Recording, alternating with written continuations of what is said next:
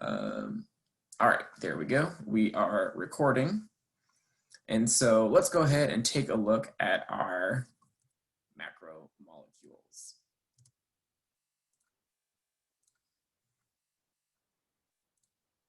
So the notes that we're going through today correspond pretty closely to the chart that I'm going to have you guys make for your Thursday assignment. So one thing that unfortunately I wasn't able to do with this one is because it's in this chart form, there was no way for me to turn it into a Google Form version. You can't really set up charts in Google Form. You can just do assignments, or you could just make like questions. But ideally, what you should be able to do, and Matt, I know you had a question about this, you should be able, when you load up the graphic organizer, which is a fancy teacher term for a chart, you should be able to click inside these boxes on the Google Docs and be filling it out as you look through the notes. If you're having trouble doing this, like if for whatever reason it's not making you make any edits on these, let me know and I can send you the offline version of this that you can then go in and upload later on. And so if you want to have this chart open on one screen while you listen to me talk and kind of fill it out as we go, that's totally fine. Or you're more than welcome to go back in after we go through all the notes and use the notes to fill these out as well. Because everything that goes in this chart is pretty clearly laid out in the notes. So as we go through the 4 different macromolecules in our notes, our carbohydrates, our lipids, our proteins, and our nucleic acids. For each one of those, there's 3 basic information that you have to know and write down. What is the monomer? So the monomer, as we'll talk about in a second, is the building block of this macromolecule. What is its function? What does it do for our human body? And what sorts of food can you find these macromolecules in large amounts? So what types of food are going to have a lot of these macromolecules in them all at once? So another thing you can do if you're having trouble writing in on the Google Doc is you can just make this chart, rewrite it down on a piece of paper and fill in these boxes with your handwriting and then send me a picture of that. That works as a way to turn this in as well. And again, since you guys are all awesome and you're in our Zoom meeting, you don't have to do that tonight if you don't want to, since you already got your attendance credit for coming to the Zoom meeting. Even though it says it's due today, it's totally fine to turn this in on Friday or over the weekend if you want to come back to it later. So with all that being said, let's jump into the notes themselves. So like I said, today we're talking about the macromolecules, which are essentially the major groups of nutrients that we get out of our food. Let me make sure you're seeing it. It looks like you are. Very good. So these macromolecules are, on a molecular scale, they're very large, what are called organic molecules. And organic molecules is a fancy science way of saying they got a lot of carbon in them. So carbon is one of the atoms on the periodic table. It's an extremely important atom for life here on Earth. It's super abundant in the plants and animals and Earth all around us. And so this does not mean compounds that were created without pesticides and without GMOs.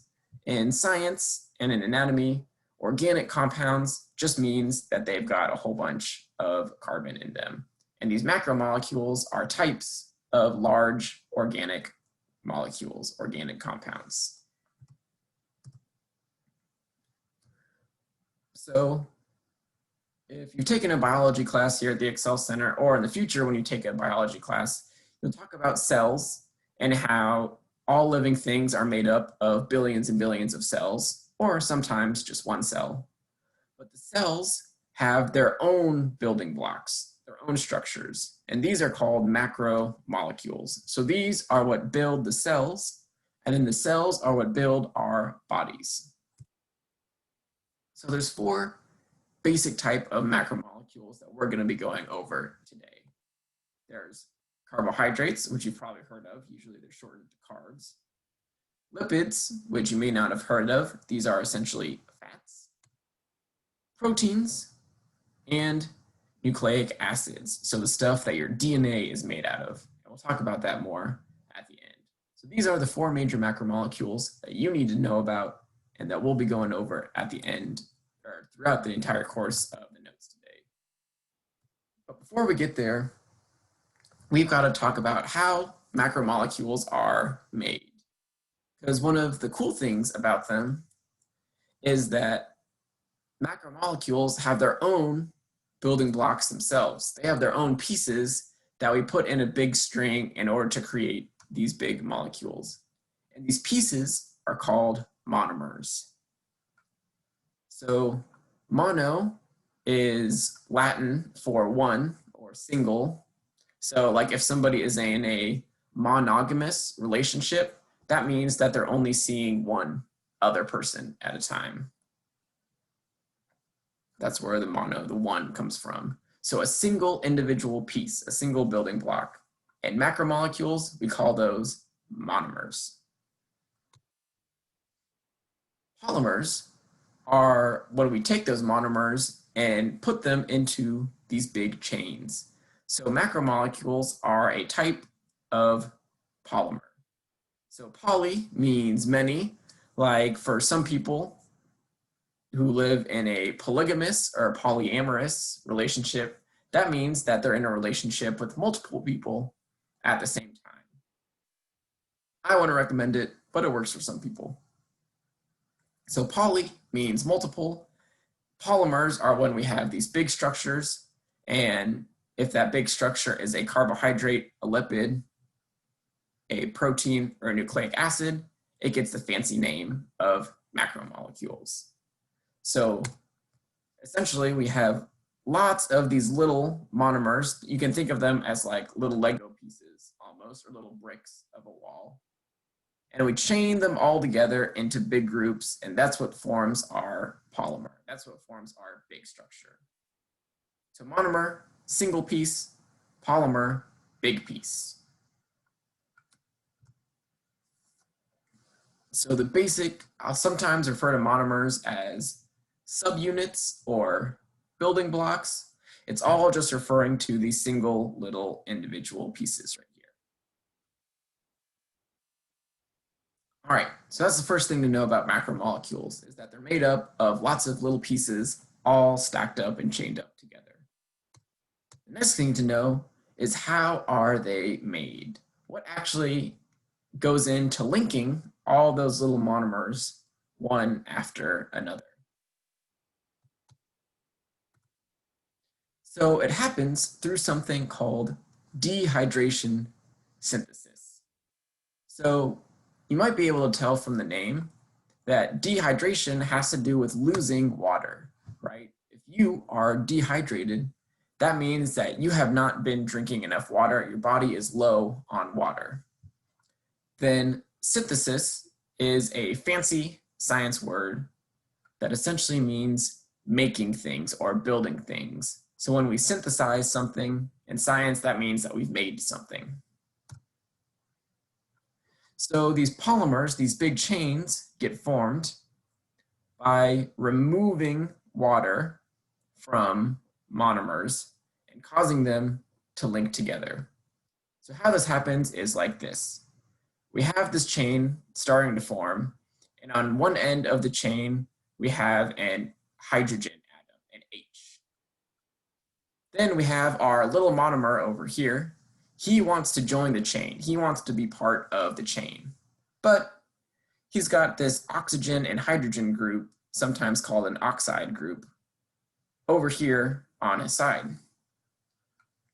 So in order for our little guy over here to join up with the cool chain over here, we have to remove water.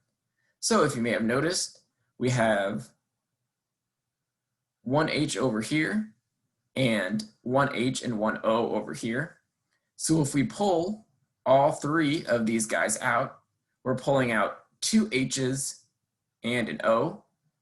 And as some of you may know, H2O is the chemical symbol for water.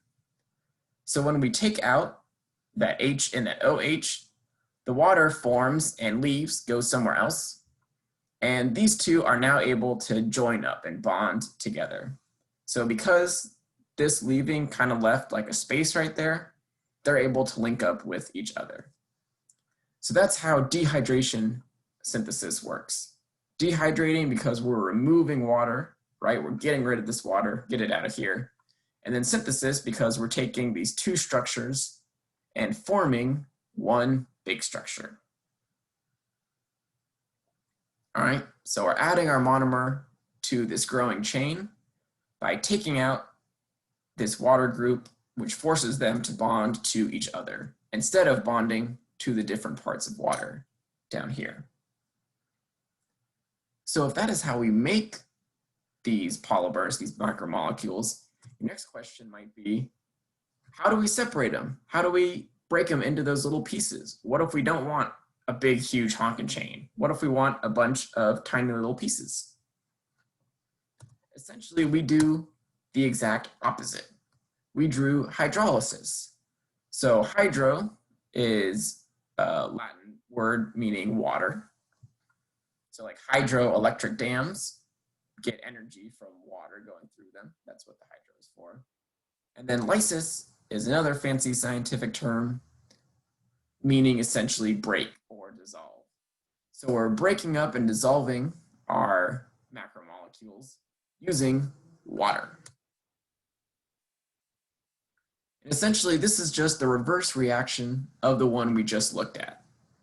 So we have this big chain of macromolecules, and we say, I don't want this big chain. I want to break this part off right here and make this guy be on his own.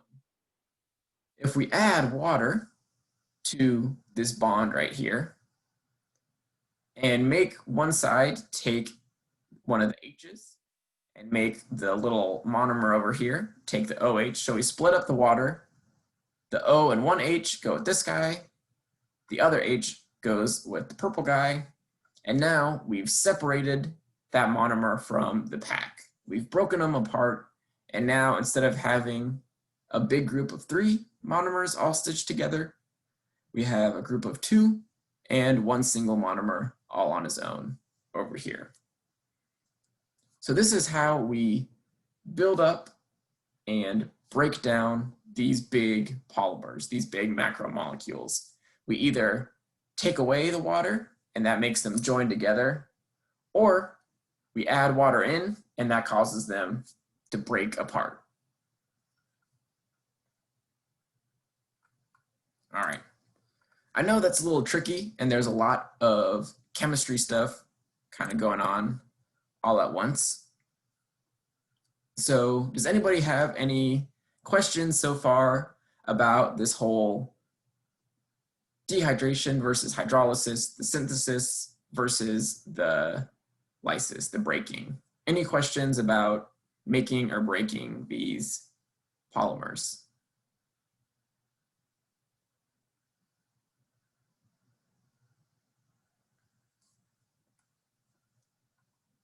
Alrighty, if not, then we shall carry on into the macromolecules themselves.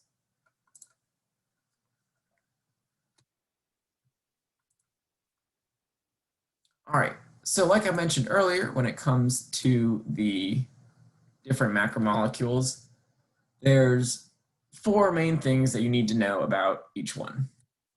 Obviously, you need to know the names of each of the 4 ones that we're going to talk about today. You have to know the name of their monomer. So each of these macromolecules is made up of little building blocks that have their own specific name. So you'll need that for your chart. Third thing you need for your chart is the function. So what are they used for in the human body? And then finally, what kind of foods do these macromolecules come in? So on your chart, it already has the names of the 4 different macromolecules written down. So all you need to record is what is their monomer called, what is their function, and what kind of food do you find them in. And we shall start off with my personal favorite of the macromolecules, carbohydrates, also known as carbs to nutrition people.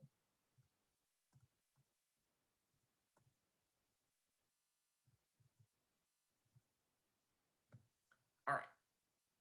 So carbohydrates are made up of these rings called simple sugars. Or if you want to use their fancy science names, monosaccharides. Again, we have mono right here, meaning one. So monosaccharide is their official science name, but if you want to call them simple sugars, that's fine by me too. But these are the monomer of carbohydrates. So things like glucose, so the thing that people with diabetes have to constantly be checking their blood glucose. Glucose is a simple sugar that looks like this. We've got a whole bunch of carbons with some oxygens and hydrogens kind of sprinkled around. So we make a carbohydrate when we stick a whole bunch of these rings together into one long chain. So the polymer is called a carbohydrate. Also, if it's a really long one, we can call it a complex carbohydrate. So instead of being a simple sugar, it's a complex carbohydrate. And then again, if you want to use the fancy science word for it, you can call it a polysaccharide. So this is the large structure. This is the macromolecule. We take a whole bunch of these simple sugar rings and we stick them all together through that dehydration synthesis. So again, monomer, simple sugar. Put them together, we get our carbohydrates.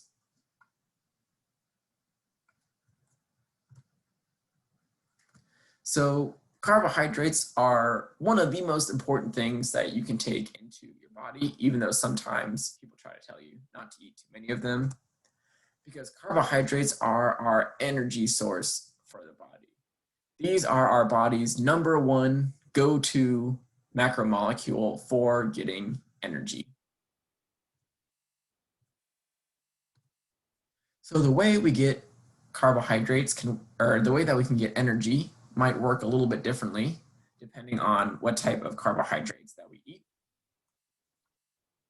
So food with a lot of sugar in it, a lot of those simple sugars, might give you a short burst of energy because since those already come in just single rings, then our body can break those down for energy really quickly. So these rings right here, these are what our body uses, and it breaks them down, and as it does, it releases energy that's used to keep you alive and keep you moving, essentially. So if you have lots of these little rings, then your body can process that really quickly and get a short burst of energy. If you eat something with a much longer ring system, like a complex carb that's in starches like pasta or potatoes, that can take a little bit longer to get the energy out because we have to break this big long chain down and down and down into smaller and smaller pieces until finally we get all of the rings separated. And that can take a long time. And so as we're breaking it down, we're slowly providing the body with an energy source over a long period of time versus providing a whole lot of energy sources kind of all at once really quickly.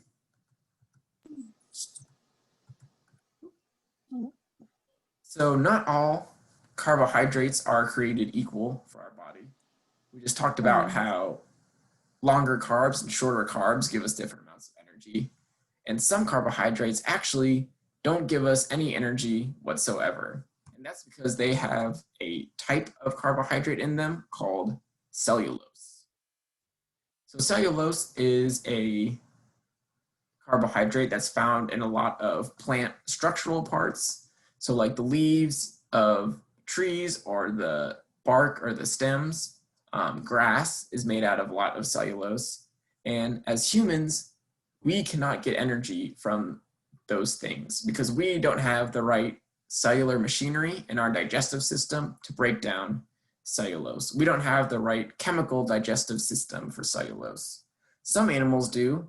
So like horses, cows, and sheep, they do have the right machinery to break down that cellulose.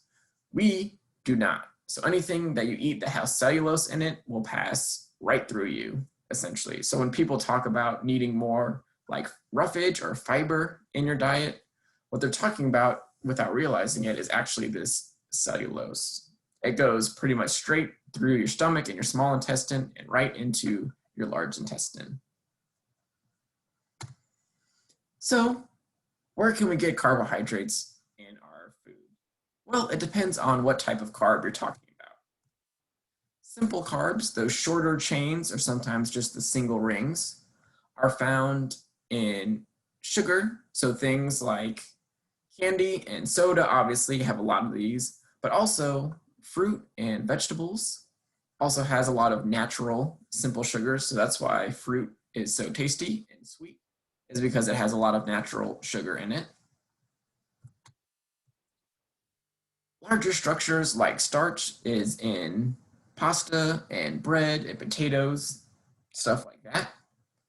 So those are those big long chains where it takes a long time to break them down into all of their individual pieces. And so they give us kind of like a longer, more sustained period of energy. So that is carbohydrates. They're made out of simple sugars. Our body uses them as its main source of energy, and we can get simple ones from candy and fruit and juice, and more complex ones from things like bread and potatoes and pasta.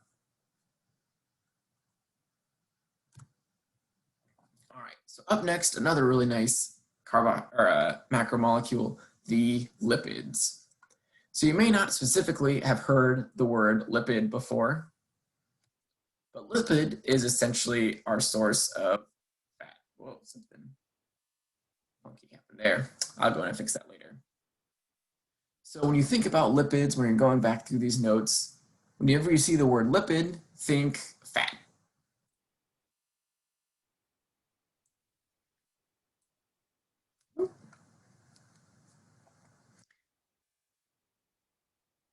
Hold on, I was just looking at the chat, and Brenda had a good question about eating a ton of sugar right before like an athletic event or a game or something. And yes, you do get that sugar crash because your body burns through that energy really quickly and then it's all out. It doesn't have any left. And so that's why, like if you give kids a whole bunch of candy or something, they'll go crazy for like 20, 30 minutes and then they'll be out, because your body can really quickly access and use that energy, but there's not much left kind of to back it up at the end. Whereas things like bread and pasta, it takes a lot longer to digest in our digestive system. And so it's more of a slow release of energy over time instead of like all at once. Good question though. Thanks for bringing that up. All right, so lipids, when you see lipids, think fat, because that's essentially what they are. So the monomers of lipids are called fatty acids. So these are our lipid building blocks, are these fatty acids. Instead of being a little ring with a bunch of C's and O's like the carbohydrates, it instead is basically a big, long, straight chain made out of pretty much only carbon and hydrogen, with a couple oxygens at one end. So if we take a whole bunch of fatty acids and stick them together, so we connect all these carbons at the very edge, then we have what's called a lipid. So there are a whole bunch of different types of lipids that we're not really going to go into in specifics.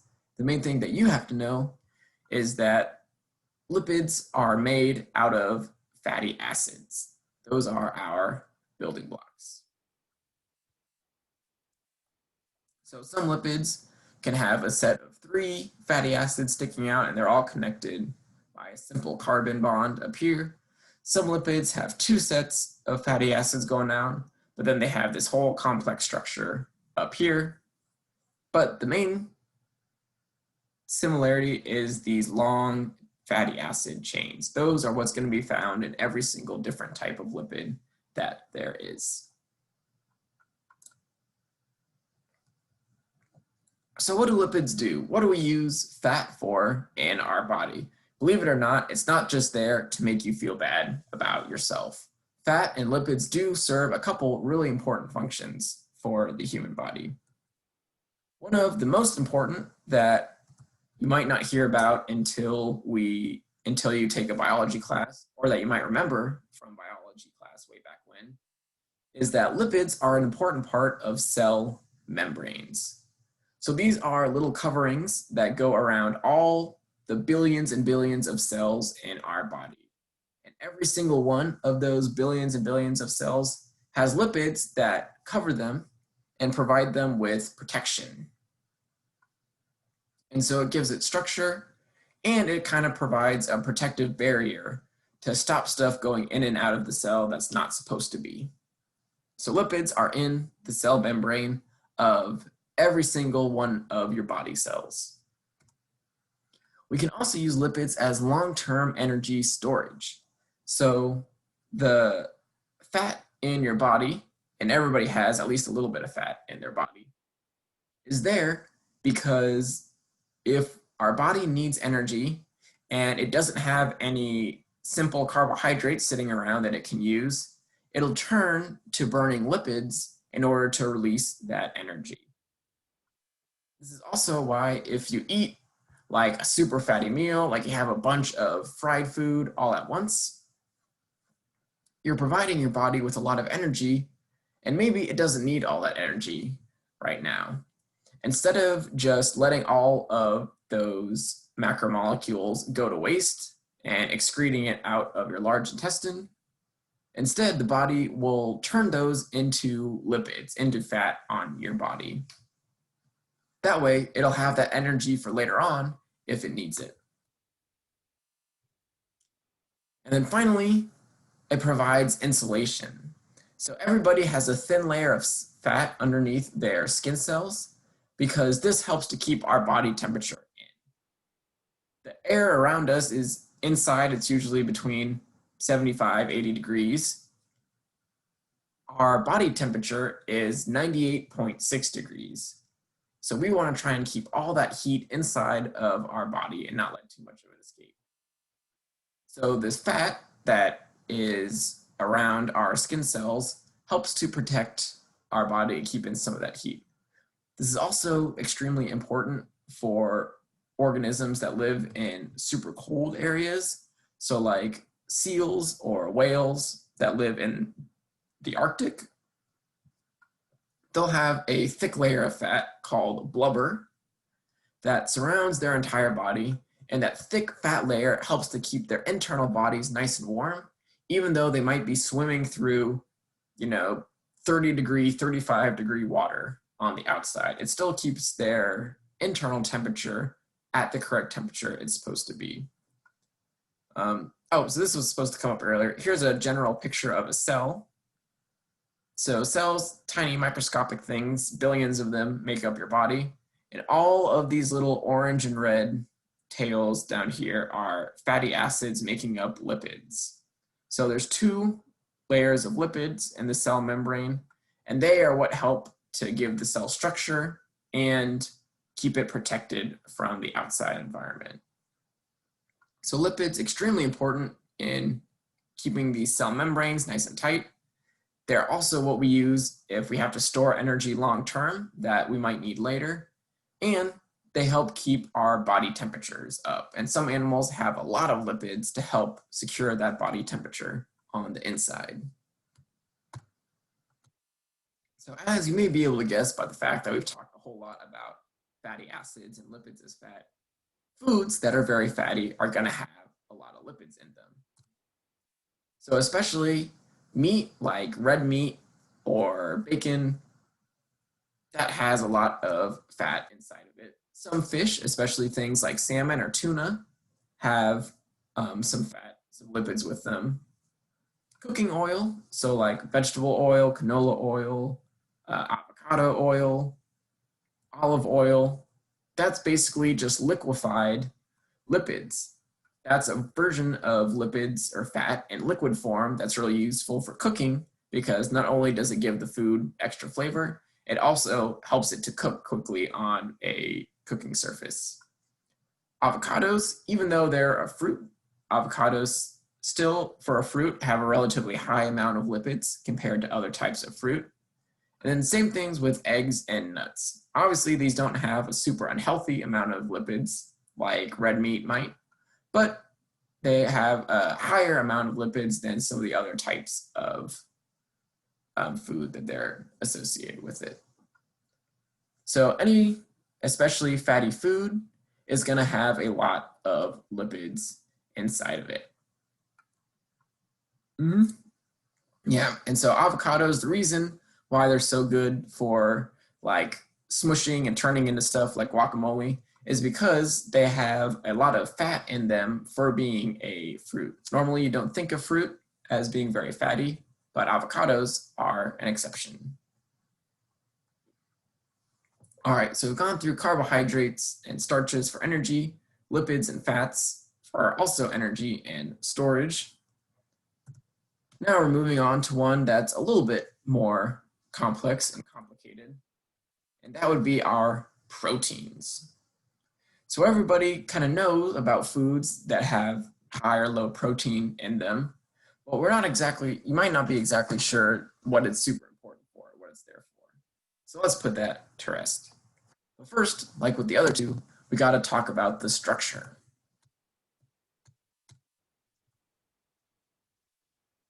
So proteins are made up of amino acids. So our building block of a protein is called an amino acid. So all amino acids have the same structure. They're not rings or big long chains. Instead, they have a similar group of carbons and nitrogens on one end, and then the other end, where this R is written down, that means that there are a whole bunch of different structures. There's actually 20 different amino acid structures that are attached to this carbon right here. And we'll take a quick look at what some of those look like in just a second. But they all have the same basic setup of a COO on one side, this N3H on one side, and then a C and an H in the middle. And that's where our big different chain group is connected. So if we take these amino acids and put them together into a big long string and fold it all up, we get our protein. So here, each one of these little letters down here represents an amino acid. And so we've taken them all, we've linked them together to make this large polypeptide or polymer. And this is what will eventually turn into our protein. So we link up a whole bunch of amino acids, and that gives us our proteins. So like I said, there are 20 different amino acids in the human body. And luckily for you guys, you are not in a college level biochemistry class, unlike Mr. Stanley was about 6 or 7 years ago, where I had to go through and memorize every single one of these 20 amino acids. It took a little while, and it was not particularly fun, let me tell you. But the main thing that I just wanted to show you guys really quick is there's 20 of them. They're all represented by this little single letter symbol down here. And they all have the same group up top. So they all have the C, COO, and H, and N. But what's different are these bottom groups down here. Sometimes it can be as simple as just another H. or just another C surrounded by 3 H's, or sometimes it could be a complex ring or chain or double bond situation, all sorts of different stuff. But these are our different amino acids, which will become the building blocks in order to make our protein. So we don't quite get the protein as soon as we put them all in a big chain. There's a whole bunch of bending and shaping that has to come first because proteins are very complex. They have a very complex build to them. You guys don't have to know the specific names about the proteins themselves, but what is important for you guys to know is that the shape of a protein determines its function, meaning that how a protein is built determines what job it's going to do. It's kind of like each protein is a different tool, right? So a hammer and a screwdriver and a nail gun and an electric drill, they're all made of some of the same material, right? They all are probably made out of different combinations of plastic and metal, but the shape of each one, how it looks, determines what job it's going to do on a work site. Same thing with proteins. The way that the proteins get folded up and formed, how they turn out at the end, is going to tell you what kind of job that they're going to do in the human body. So the shape of a protein determines its function. Very, very, very important concept here. What it looks like tells you what it's going to do or what it's going to be able to do. So if the shape determines its function, what is the function of proteins? What do they do in our human body? The complicated answer is a lot. Proteins do tons of different jobs inside our cells. They're kind of like the workhorses that get stuff done in our cells. You guys only really have to know about 2 of the major protein functions. The first one is that they're used for muscle. They're really, really important in building and repairing muscle tissues. So whenever you work out really hard and you feel sore afterwards, that's because when you were working out, you're actually making tiny little tears and breaks in the muscle tissue in your body. Don't worry, it's totally normal. It's supposed to happen when you're going through really rigorous exercise. But what comes in and fixes those tears and breaks and gets added on to your muscle is more protein. So your muscles are made up of a lot of proteins all working together. So whenever your muscles get bigger because you've been working out, that's because more protein is getting added to them. So that's why you see people who are like super into fitness and weightlifting and stuff, constantly keeping track of how much protein that they're eating, and they're trying to eat as much protein as they can without taking in too much fat or sugar. The reason is because they want as much protein as they can get in their body so that they get the maximum building and repairing of their muscles while they're working out. One of the other main things that proteins do in our body, and probably their most important role, is being enzymes. So we talked about enzymes a little bit on Tuesday when we were talking about digestion. There's those enzymes in your spit that'll start breaking down starches and carbohydrates, and those enzymes in your stomach that'll start breaking down proteins. So enzymes are a special group of proteins that speed up chemical reactions. Essentially, they make sure that chemical reactions happen hundreds or thousands of times faster in your body than they would if we just let them sit out in nature.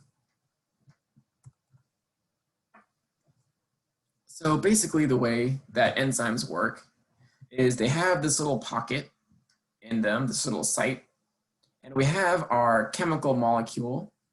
The scientific term for that is called a substrate. So the enzyme and the substrate lock together, they lock in place. And then the enzyme basically forces a chemical reaction to happen to that substrate. In this case, we're taking this big orange guy and we're splitting him into two smaller guys, this yellow and purple one. And then we let them go. And so these enzymes are the main ways that food actually gets broken down in your body. So that hydrolysis reaction that we were talking about earlier, where we take the big chain and we break it into pieces using water, that's what's happening because of enzymes. Enzymes are binding to that chain, forcing water to get in between the bonds, and releasing the smaller monomers off of the chain.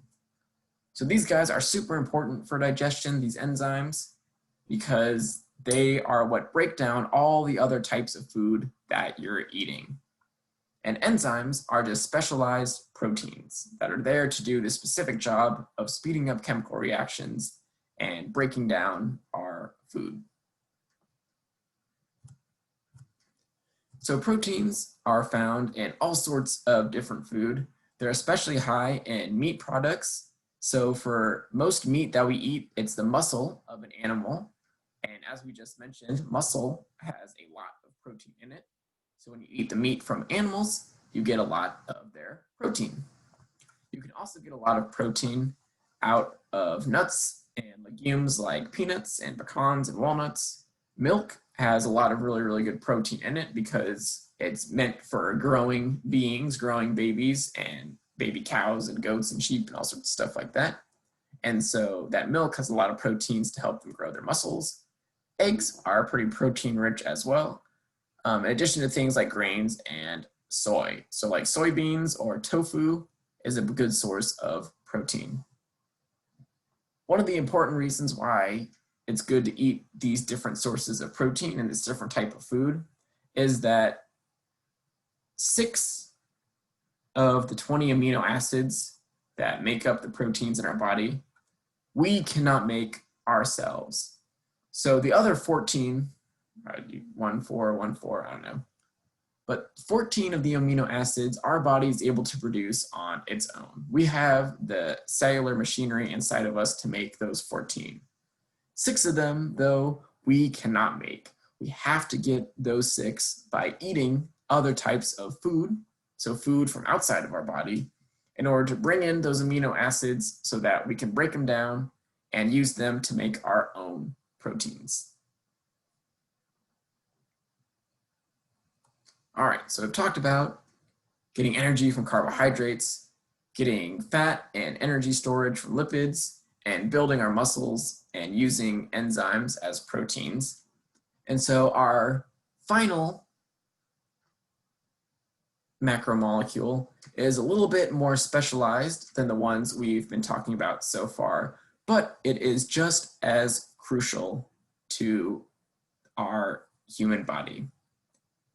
And this final macromolecule are the nucleic acids. So nucleic acids are pretty unique from the other guys. They're made up of things called nucleotides. So luckily, this is a pretty easy monomer to remember because nucleotides go with the nucleic acids. And nucleotides are all made up of the same stuff. I don't know why that showed up weird. I'll have to go ahead and fix that. But each nucleotide is made up of a phosphate group, a sugar group, and a base group. So here is what nucleotides look like. We have our phosphate group over here. We have our sugar ring in the middle. And then we have one of 4 different bases over here. And if you took biology here at Excel, or you're going to take biology here in the future, we'll talk a whole lot more about these bases and these nucleotides. But major thing for you guys to know, nucleotides are the building blocks for the nucleic acids. So when we take nucleotides and put a whole bunch of them together in a big long chain, we get our nucleic acids, which come in one of 2 different flavors. We have DNA, which you may have heard of before. So DNA is a double-stranded nucleic acid. So you can see there's one of these kind of blue ribbons and a second one of these blue ribbons wrapped around each other. And then each one of these little colored bars here in the middle is a set of 2 nucleotides. So this orange and this pink one are 2 different ones, and this green one and this yellow one are 2 different ones. So that's one type of nucleic acid, is our DNA. There's another type called RNA, which is single-stranded. So as you can see, instead of having 2 different strands like our DNA does, it just has the one single strand that kind of whirls around. So whether you've got DNA or whether you're RNA, you're a nucleic acid and you're built of nucleotides. So DNA is super incredibly important to our body because DNA stores and carries the genetic information that makes us, essentially. So you may have heard of genes or genomes or whatever before. This is essentially just segments of your DNA. So every single cell in your body has DNA in it. And that DNA has the information that essentially tells the cell how to build all of the different structures and proteins that it needs in order to survive. So the reason that you look like you do, and I look like I do, and your dog looks like the way it does, is because of the genetic information that's carried in their DNA or in your DNA. So it determines things like what color hair you have, what color eyes you have, how long or how short your fingers are going to grow. To a certain extent, it'll determine how tall or how short you end up growing as a person.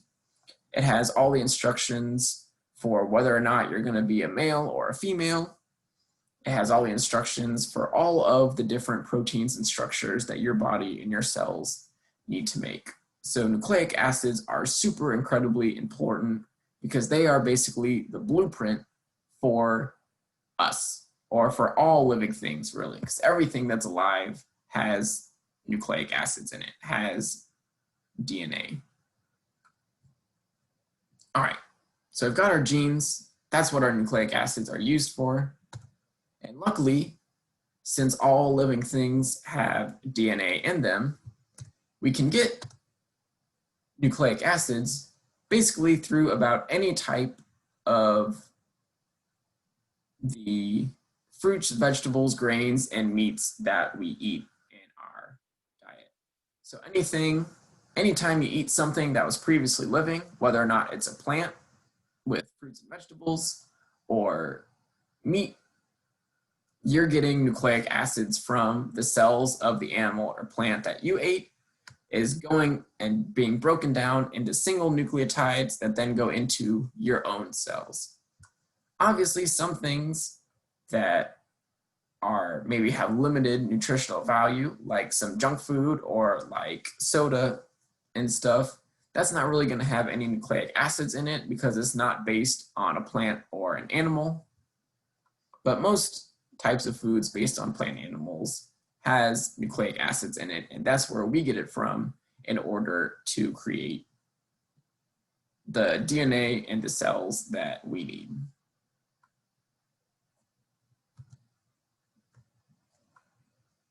All right, so before we go on to kind of the final wrap-up section of the notes, I wanted to take a pause really quick and see, does anybody have any questions about the macromolecules that we've gone over so far? Any questions about lipids, carbohydrates, proteins, or nucleic acids? So the function for nucleic acids is building blocks for your cells? So the function for them is that they contain your genes, your genetic information. Hold on, let me go back to that slide.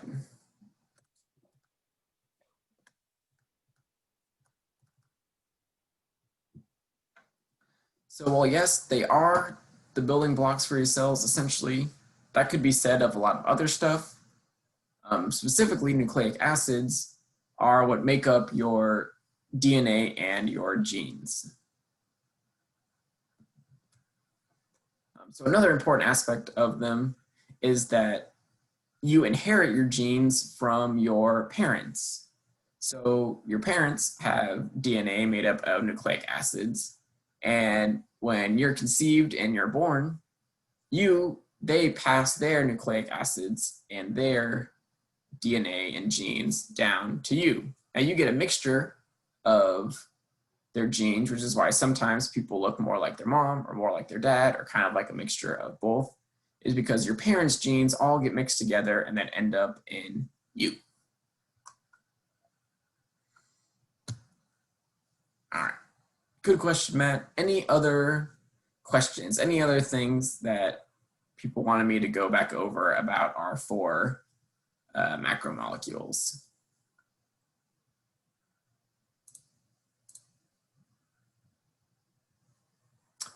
Brenda, we don't, for this class, I'm not worried about the structures themselves. So you don't have to know about the exact structures of the different macromolecules and how they work. You do have to know about what the structures are called. So those monomers, those building blocks. So make sure you know about the fatty acids, the nucleotides, the amino acids, and the simple sugars.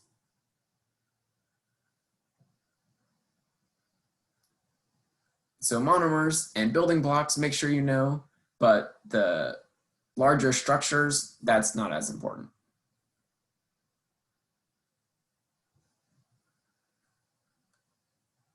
All right, good question there too.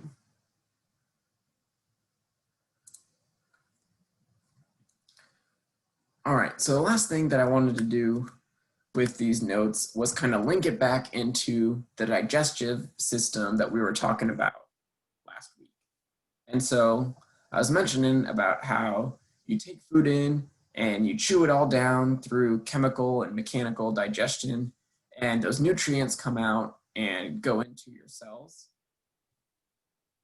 So these macromolecules that we're talking about, these are the nutrients that are going into your cells. Specifically, it's their monomers that are broken down by your digestive system, absorbed by those villi in the small intestine, and traveling through your bloodstream to the other cells in your body. So I like to think of it as when you eat something, it's like you're going to this kind of old, crappy, rundown brick building, and you're taking it apart piece by piece, brick by brick. You're saving the bricks, you're not getting rid of them, because that's why you're breaking it down in the first place. But it comes in as one structure, and that's not the structure that you want. So it comes in as a type of lipid or a type of carbohydrate, and we don't really want that. We want to make our own lipids or break down that carbohydrate for energy. So when you eat these foods with these different macromolecules in them, your digestive system, through those enzymes, those proteins that I was talking about earlier that do the chemical reaction, they're breaking off those monomers, those subunits, piece by piece by piece by piece. And that's what's going out into the cells of your body. Those are the nutrients that your body needs. Once they get into your own body cells, we'll take these monomers and we'll build them back up into the macromolecules in the version of them that we need. So we can't really use a lot of the whole proteins or the whole lipids or nucleic acids that we eat in our food, right? Your DNA and a cow's DNA are different. But if we take that cow DNA and break it down into those nucleotides, our cells can use those nucleotides whenever they're making their own copies of their own DNA. So it's kind of like building up a brand new building using those old bricks that you took out of the old one. So this new one is a lot better. It's exactly what you wanted it to be. It's exactly what you were looking for, but we used the same pieces from the old building that we tore down. We just reconfigured them and reconstructed them into a way that's useful for us that we can actually use. So that's how this digestive system and these macromolecules link up. These guys are the nutrients that we need. We just have to pass food through our digestive system in order to get all that breakdown happening, right?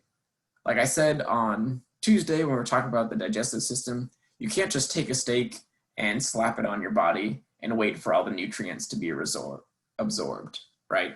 That's not how it works. It's got to go in your mouth, get chewed up and torn up, down your esophagus, into your stomach, have all the acid eat away at it, and in your intestine is where those monomers will be broken apart and then sent to your blood to go to your own cells. So just as a review, when we eat foods that have high amounts of carbohydrates in them, we'll break those carbohydrates down into simple sugars and do that in the digestive system, and then we'll send those simple sugars into the cells to use as a form of energy. If we eat foods really high in fat and lipids, we break those down into fatty acids and another component called glycerol, but we didn't talk about that today, so don't worry about that. But our lipids turn into fatty acids, which then our cells can use to help repair their membranes or stick a whole bunch of lipids together as fat and energy storage. If we eat a whole bunch of high protein foods, we'll take those proteins, break them down into their amino acid pieces, and then send those to our cells so that our cells can make their own proteins that'll do their own jobs in the cells.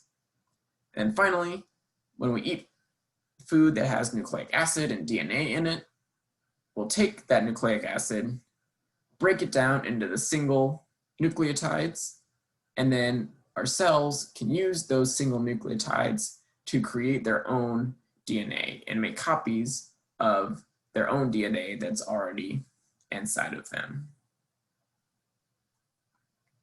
So this is why we eat food in the most basic form, so that we can get to all of these really useful building blocks that otherwise are tied up in these big, large structures inside of the food that we need.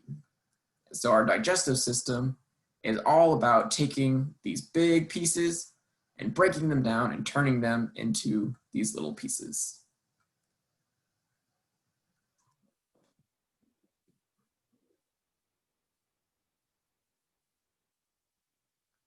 All right, so again, just as a reminder for the classwork for today, you're just going to be filling out this macromolecule form with a whole bunch of the information that we've already covered. If, like Matt, you're having trouble with editing this form for whatever reason, then please let me know and I can find some way to provide a workaround or a fix. Or if you're getting really annoyed at trying to do it on the computer, you could always write this form or write this chart down on a piece of paper and just fill it in by hand, take a picture of it and send that picture to me.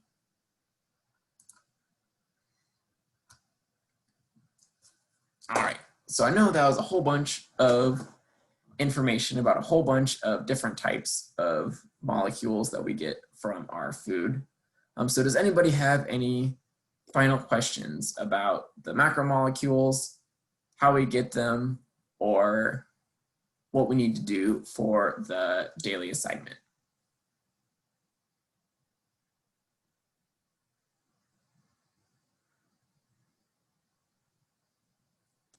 No. All right, looking at the chat, doesn't look like there are any questions in there. All right, very cool.